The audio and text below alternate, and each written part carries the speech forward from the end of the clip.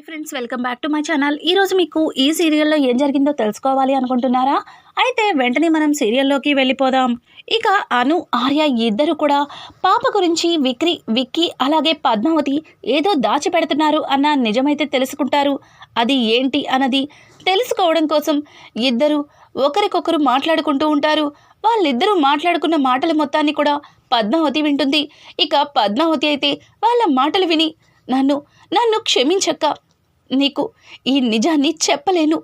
ఎందుకంటే నిజం తెలిసిన మరుక్షణం నువ్వు ఏమైపోతావో దాని గురించి ఆలోచించే నీకు నిజం చెప్పలేదు అని చెప్పి ఇక పద్మావతి అయితే తన మనసులో అనుకుంటూ అక్కడి నుంచి బయటికైతే వస్తుంది. బయట విక్రమాదిత్య పద్మావతిని చూసి, పద్మావతి ఏమైంది, ఏం ఆలోచిస్తున్నావు, ఏంట కన్నీళ్ళు, చెప్పు పద్మావతి అని అడగడంతో, సరు ఇప్పుడే అక్క బావ మాటలు విన్నాను. వాళ్ళిద్దరి మాటలు వింటుంటే నాకెందుకో భయంగా ఉంది. రేపొద్దున అరవింద వదిన వచ్చిన తర్వాత పాపని వదినకి ఇమ్మంటే అక్క ఏమైపోతుందో అని నాకు కంగారుగా ఉంది.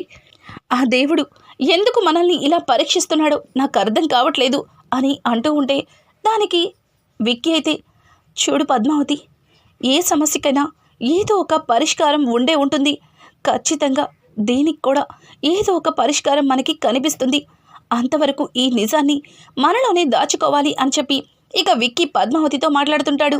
ఇదంతా విన్న దివ్య, ఏంటి పాప గురించి ఇన్ని రోజులు మీకు నిజం తెలియదేమో అనుకున్నాను. అంతా తెలిసి నిజాన్ని దాచిపెడుతున్నారనమాట. మీ ఇద్దరు అంతా దాచి నిజాన్ని దాచిపెట్టి సంతోషంగా ఉంటే అది చూస్తూ నేనెలా ఊరుకుంటా అనుకుంటున్నారు? లేదు, మీ సంతోషాన్ని, మీరు సంతోషంగా ఉంటే దాన్ని చూస్తూ నేనుండాలా? లేదు, వీల్లేదు, మీ సంతోషాన్ని మీ నుంచి దూరం చేస్తాను అని చెప్పి ఇక దివ్య తన మనసులో అనుకుంటూ అక్కడి నుంచి అను దగ్గరికైతే వెళ్తుంది. అను వంటగదిలో వంట చేస్తూ ఉండగా ఇంకా దివ్య, అను వదినా అని పిలవడంతో, ఆ దివ్య, ఏంటి ఇలా వచ్చావు, ఏమైనా కావాలా అని అంటుంటే, ఏం వద్దొదినా, నీతో కొంచెం మాట్లాడాలి అని అనడంతో ఒక్కసారిగా అను, ఏమైంది దివ్య, ఏమైనా డబ్బులు కావాలా, లేకపోతే ఏంటి అని అంటుంటే, అది వదిన, కాస్త పర్సనల్, ఇక్కడ కాదు అని చెప్పి ఇక దివ్య అయితే అనుని పక్కకంటూ తీసుకెళ్తుంది. అలా అనుని తీసుకెళ్ళి దివ్య తడబడుతూ ఉంటే, దివ్య, నువ్వేం కంగారు పడద్దు, నువ్వు ఏం చెప్పాలనుకుంటున్నావో నాకు నిరభ్యంతరంగా చెప్పు, పర్వాలేదు, నేను అర్థం చేసుకుంటాను అని చెప్పి ఇక అను అయితే దివ్య చెయ్యి పట్టుకొని దివ్యని అడుగుతూ ఉంటే, దివ్య, అది వదిన, నీకు నిజాన్ని ఎలా చెప్పాలో నాకు అస్సలు అర్థం కావట్లేదు. పాపని ప్రతిసారి ఆ మురళీకృష్ణ ఎందుకు తీసుకెళ్తున్నాడా అని ఆలోచించాను, కానీ నాకేం పాలుపోలేదు. నిన్న పద్దు వదిన అలాగే విక్కీ అన్నయ్య మాట్లాడుకుంటుంటే విన్నాను. పాపని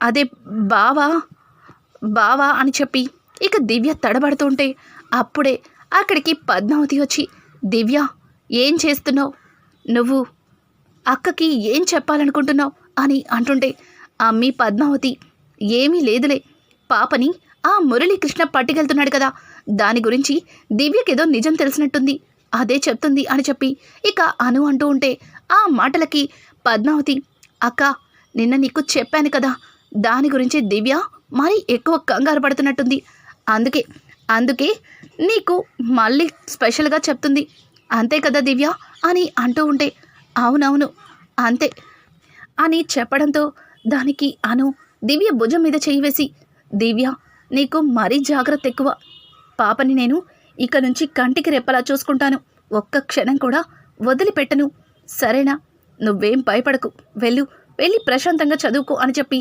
అక్కడి నుంచి అను వెళ్ళిపోతుంది. అను వెళ్ళిన మరుక్షణం ఇక పద్మావతి అయితే, ఏంటి, నేను కూడా నీకు స్పెషల్గా చెప్పాలా, లోపలికి వెళ్ళు అని చెప్పి ఇక పద్మావతి అయితే దివ్యని పంపించేస్తుంది. ఇది ఇలా ఉండగా ఇక్కడ చూస్తే సుగుణ అయితే యశోధర్ ఆరోగ్యం గురించి ఆలోచిస్తూ తనలో తను కుమిలిపోతుంది. ఇంతలో అనుకోకుండా డాక్టర్ యశోధర్ వాళ్ళ అమ్మ సుగుణకి ఫోన్ చేసి, మేడం మీకు ఒక గుడ్ న్యూస్ మేడం అని చెప్పడంతో ఒక్కసారిగా సుగుణ, ఏంటి డాక్టర్ గుడ్ న్యూస్ అంటున్నారు, ఏంటా గుడ్ న్యూస్ చెప్పండి అని అంటుంటే, మేడం యశోధర్ సార్ క్యాన్సర్తో ఇబ్బంది పడుతున్నారని మనకి తెలిసిన విషయమే కదా. కానీ నిన్న యశోధర్ సార్ బ్లడ్ రిపోర్ట్స్ని మళ్ళీ నాకు తెలిసిన ఫారెన్ కంట్రీ రిపోర్టర్స్కి పంపించాను.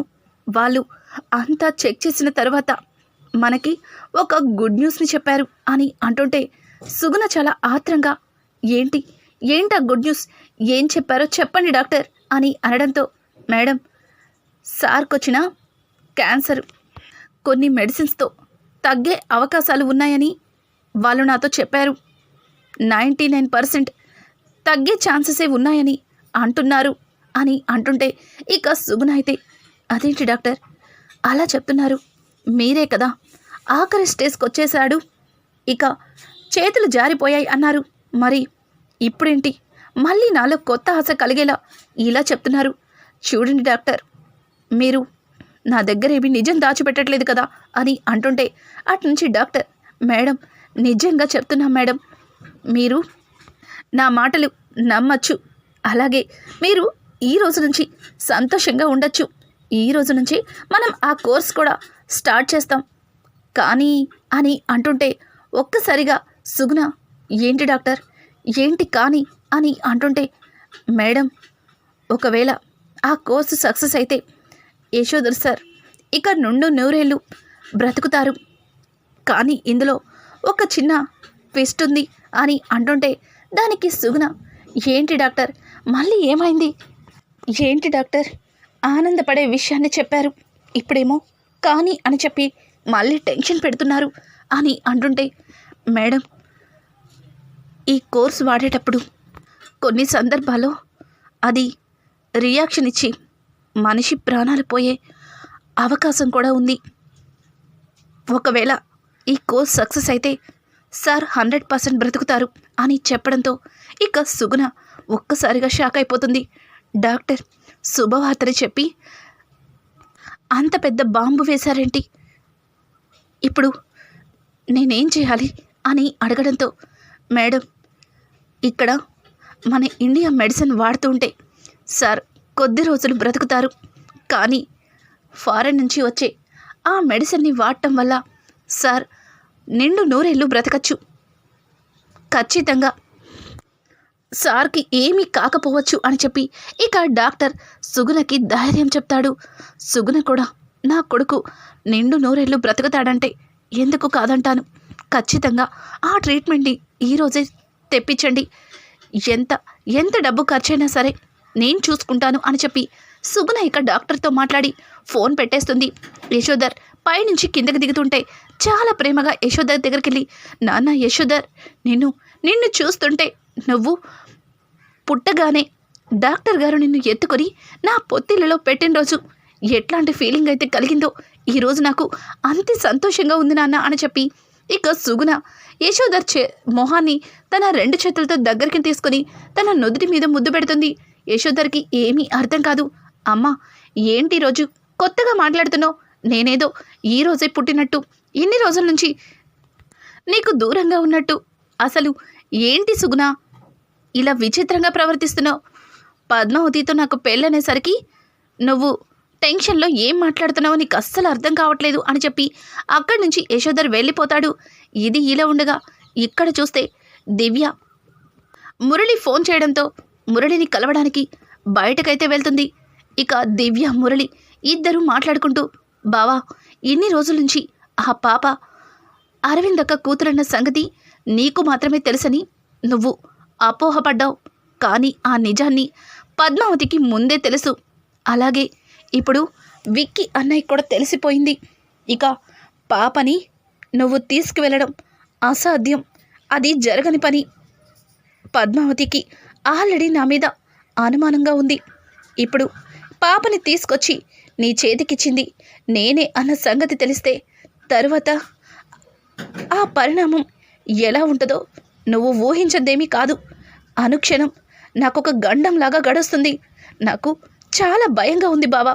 నేను కూడా నీతోనే వచ్చేస్తాను బావా అని చెప్పి ఇక దివ్య మురళితో మాట్లాడుతూ ఉంటే అదే టైంలో ఇంకా పద్మావతి అయితే కాయగూరలు తీసుకుని అట్నుంచి వస్తూ ఉంటుంది.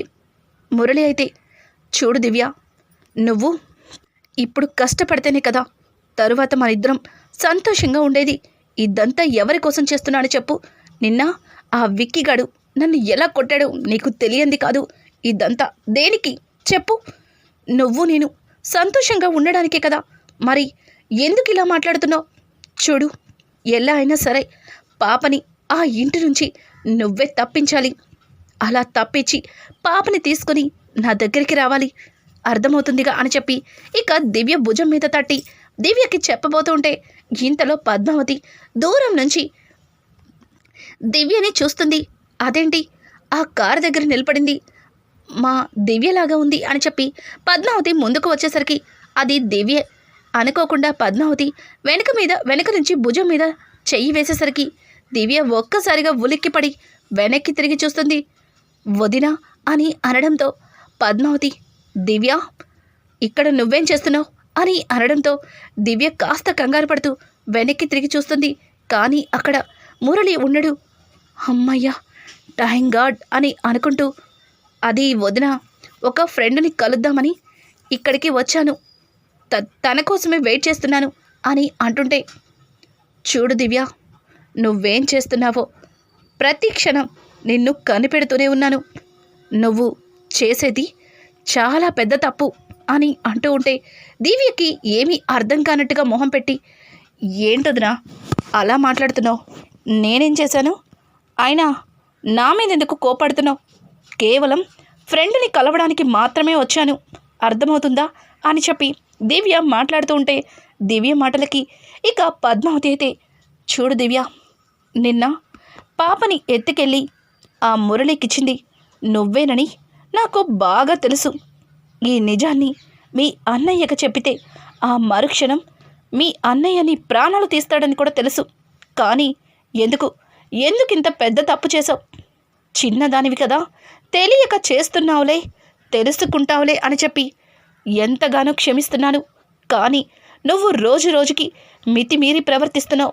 ఆ మురళితో చేతులు కలిపి సొంత అన్నదమ్ముల మీదే పగ తీర్చుకుంటున్నావు.